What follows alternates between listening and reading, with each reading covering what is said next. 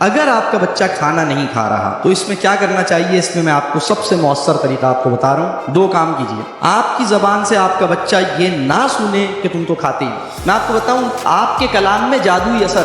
وہ بچہ جس نے اپنی ماں، اور میرے پاس بہت سے لوگ آتے ہیں وہ کہتے ہیں میرا بچہ کھانا نہیں کھاتا، تو میں ان سے پوچھتا ہوں کہ آپ کی زبان سے اس نے یہ سنا ہے کہ تم تو کھاتے ہی نہیں؟ انہوں نے کہا یہ تو روزانہ سنتا. اور میں یہ عرض کرتا ہوں جتنی دفعہ اس نے یہ جملہ سنا ہے اتنی دفعہ اس کے لیے نہ کھانا آسان ہوتا ہے. آپ جو جملہ آپ اپنے بچے کو سناتے ہیں اس کی نفسیات پر اس کا سب سے گہرا اثر ہوتا ہے. آپ یہ جملہ نہیں بولتے، نہیں کھا رہا، آپ یہ ٹھیک، آپ نے نہیں کھا، کوئی بات. ایک کام یہ کیجئے کہ آپ یہ جملہ نہیں بولیے کہ تم نہیں کھاتے، تم نہیں کھاتے، تم نہیں کھاتے. یہ جملہ آپ نہیں بولیں، بلکہ اگر آپ کا بچہ آپ کی بات نہیں سنتا تو یہ جملہ نہیں بولیے تم تو سنتا ہی نہیں، تم تو سنتا ہی نہیں، تم تو مانتے ہی نہیں، تم تو مانتے ہی. جتنی دفعہ یہ جملہ سنے گا تم نہیں مانتے، اتنا ہی نہ ماننے کا رجحان اس کے اندر پیدا ہوگا. یہ نفسیاتی مسئلہ ہے، اس کو سمجھنے کی ضرورت ہے. دوسرا کام آپ یہ کیجئے، اگر وہ کھانا نہیں کھا تو اس کا سب سے آسان طریقہ یہ ہے کہ کھانا مت دیجیے. اسے کہیے کوئی بات نہیں، سبحان اللہ، پانی پی لو، کوئی بات نہیں. اس کا علاج یہ نہیں ہے کہ تم کھانا نہیں کھا رہے تو چلو فرینچ فرائز منگوا لیتا ہوں، تم کھانا نہیں کھا رہے تو نوڈل بنا دیتا ہوں. یہ نوڈل اور فرینچ فرائز کے چکر سے بچیے، بلکہ آپ اسے کہیے سبحان اللہ، یہ تو میرا بچہ 4 سال کی عمر میں اولیاء کی سنت پہ عمل کر رہا ہے. میرے ایک بزرگ ہیں وہ فرماتے ہیں کہ کوئی ولی نہیں بنا جب تک اس نے فاقے کا تجربہ نہیں کیا. تو یہ تو اولیاء کی سنت. آپ کا بچہ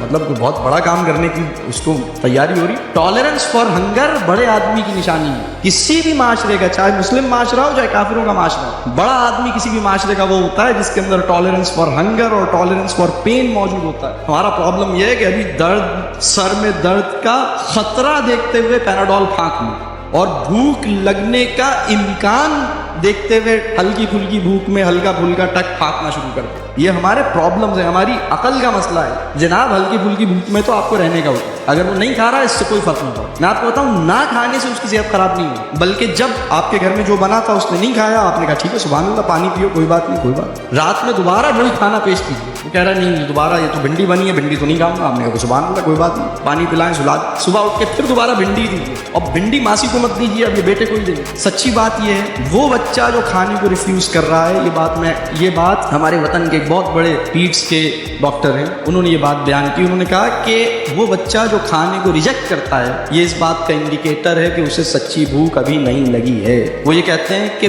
بھوک ایسی ظالم چیز ہے کہ کچھ بھی کھانے کی چیز اگر آپ ریجیکٹ کر رہے ہیں تو اس کا مطلب ہے سچی بھوک نہیں لگی. اگر آپ کھانے میں چوز کر رہے ہیں یہ نہیں، یہ تو میں نہیں کھا رہا، نہیں ابھی تو میں نہیں، یہ پکا چلو میں نہیں، یہ آپ نے کیا بنا لیا، اچھا یہ دال بنی ہے میں نہیں کھا. تو جب آپ کے ساتھ بھی جب یہ ہوتا ہے تو اس کا مطلب اس وقت آپ کو سچی بھوک نہیں ہے. آپ کا علاج یہ ہے کہ آپ کو صرف پانی پلایا جائے اور آپ کو باز رکھا جائے باہر برگر کھانے سے یا جوس پینے سے یا کسی اور چکر سے، اور آپ کو اگلے دن وہی چیز جب آپ کو سچی بھوک لگے گی. کسی بھی انسان پتے کھا لے گا، کریلا ایسے کھا لے گا، اس کو مسئلہ ہی نہیں، یہ اسے کرنے. اصل میں یہ بات صحت سے زیادہ مزاج، جب یہ کھانے کو ریجیکٹ کرتا ہے یہ صحت کا مسئلہ بعد میں، مزاج کا مسئلہ پہلے.